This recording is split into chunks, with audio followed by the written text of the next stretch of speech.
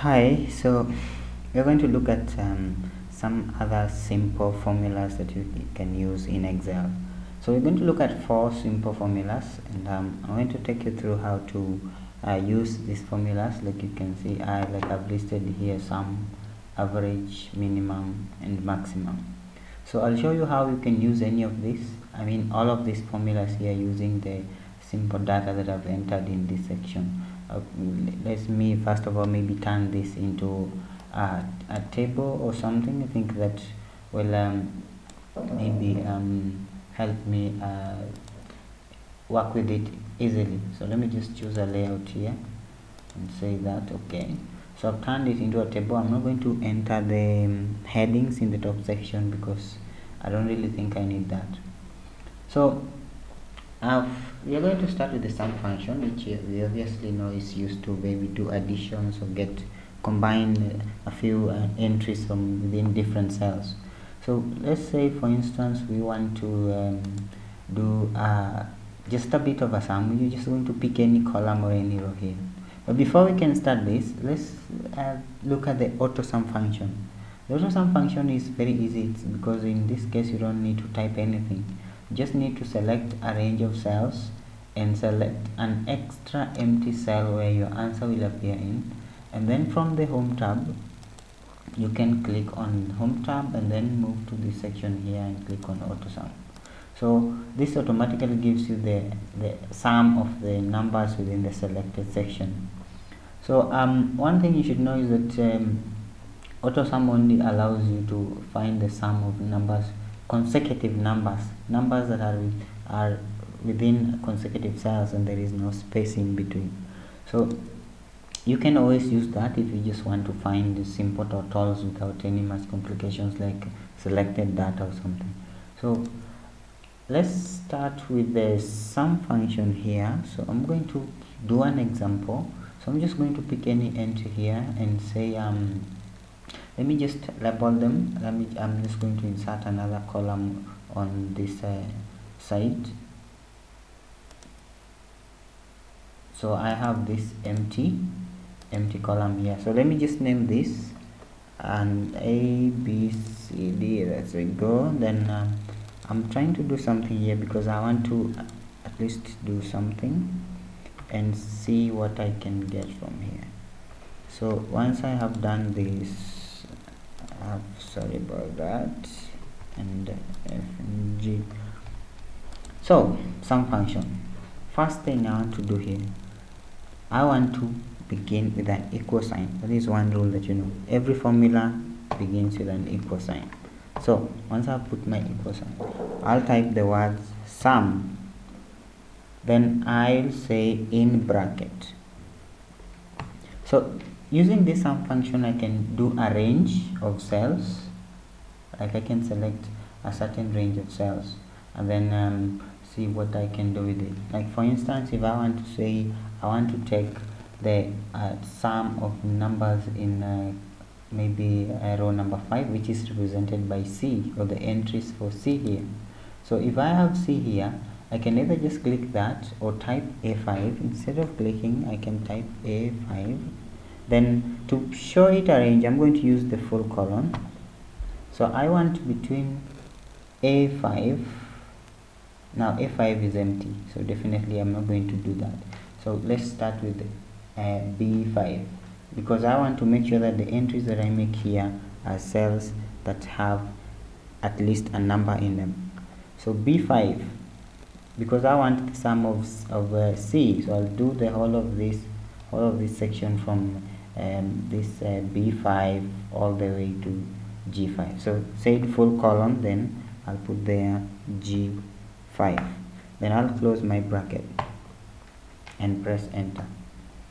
So this automatically calculates the sum of this from this section to this other to the end, from the first number within that selected section, that is B5 to G5.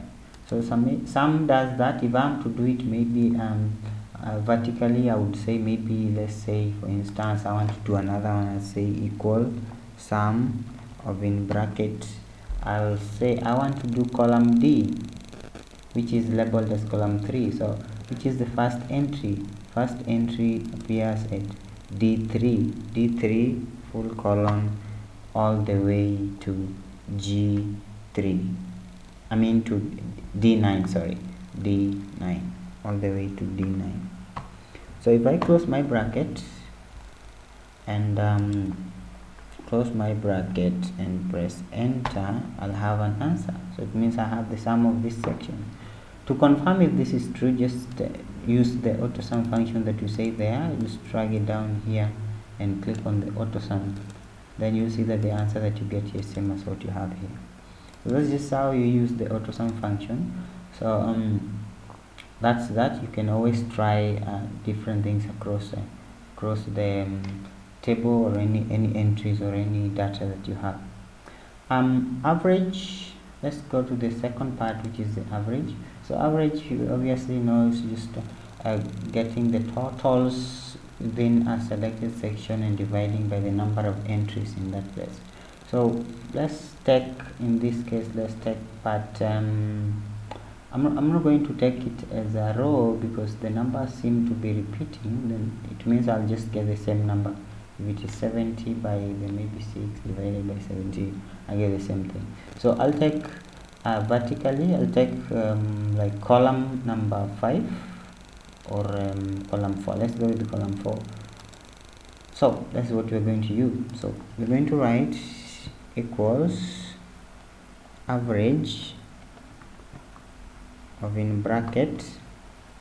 So since we are going to deal with column E, let's go with the first entry, that is E3 full colon E3 to E9